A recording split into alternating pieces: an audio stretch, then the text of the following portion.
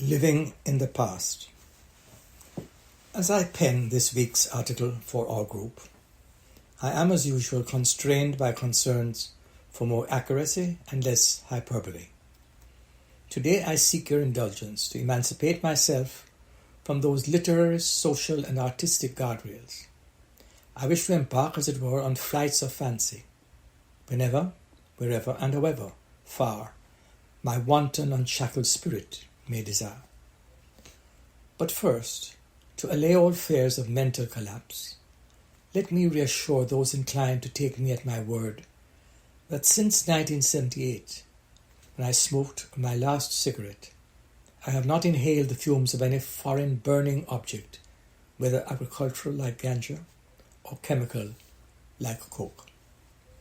The flights of fancy which I am planning to take are aeronautical and reminiscent of a 13-year period of my life in which I worked at Jamaica's executive headquarters of Exxon's local affiliate, Esso Jamaica.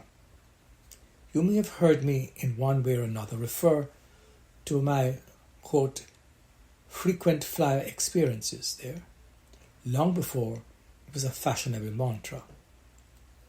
On the aspect of fancy, let me hasten to explain that any insistence on first-class travel was not a symbol of elitism. It was, in my case, a method of sending a marketing message to the airlines, whose burgeoning tourism business signaled a corresponding increase in the requirement for jet fuel. Opportunities for profit from more visible profile of a multinational corporation's management seemed one way of attracting the right attention.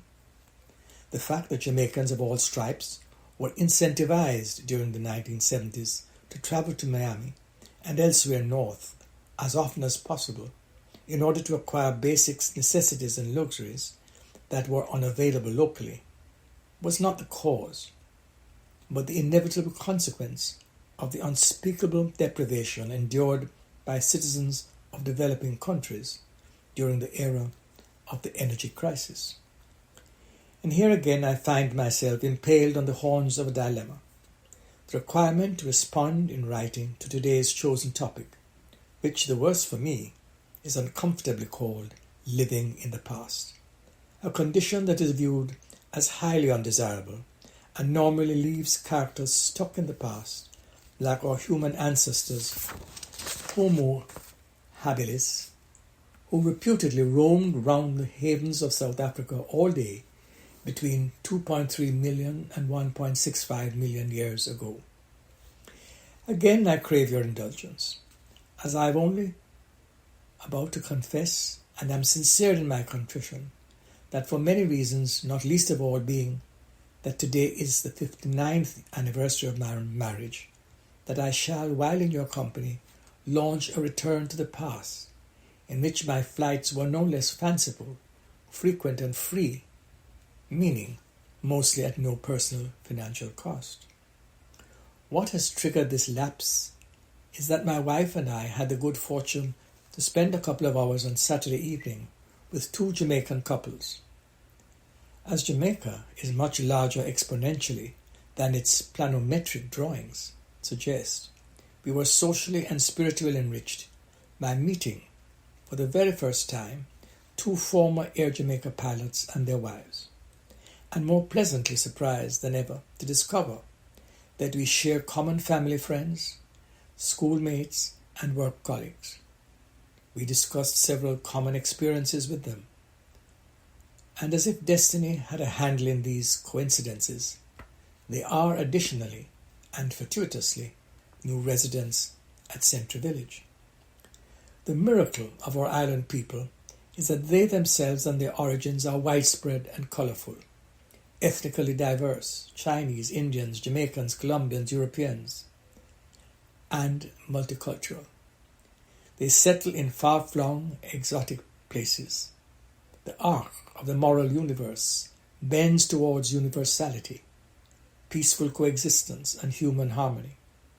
The magic of it all is publicly expressed in the music and lyrics of the popular songs of Robert Marley and Harry Belafonte, and the love ballads of Freddie McGregor and Jimmy Cliff. Our common Jamaican socialization makes us ceaselessly reminisce about Martha Wiley's drumming at pantomime time, and third world's drummers and percussionists like Stewart, Barovia and Jarrett. Also, the iconic keyboard artist Ebo Cooper, and the vocals of Prilly Hamilton, and the inimitable personality of William Bunny Ruggs Clark. Not to forget Orville Richard Burrell, CD, aka Shaggy, a Jamaican-American reggae rapper, singer and songwriter, who intones, "Girl, you are my angel, angel." But what brought all of this back to us was the impeccable service Air Jamaica provided when the airline ruled the skies above the waves between Kingston or Montego Bay and Miami, Fort Lauderdale and Orlando, and even further north. Would it have been, for example, the 90-minute flight from Jamaica that allowed us to release the pressures of political and economic turmoil?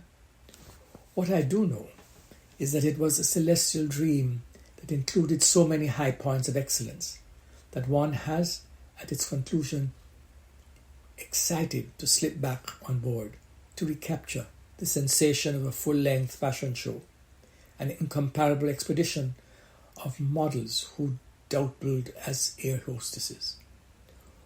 By then, they had served the passengers with the usual Jamaican culinary diets and liquor and coffee. Time was thoughtfully allotted for those that chance purposes of gifts from the airline store on board.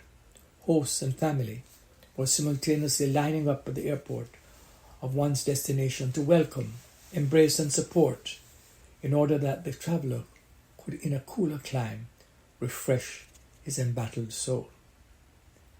They were the fastest flying healing minutes in tourism aviation over the Caribbean. Remarkably, they surpassed the eclectic charge of the Concorde's supersonic flight. Exquisitely, to coin a Shaggy phrase, our family airline was more bombastic. It would have been the 29,000 elevation and the extra speed racing as it seemed the Air Jamaica pilots were determined to land our plane before the BA flight from London, so we could be ahead of the longest queue ever.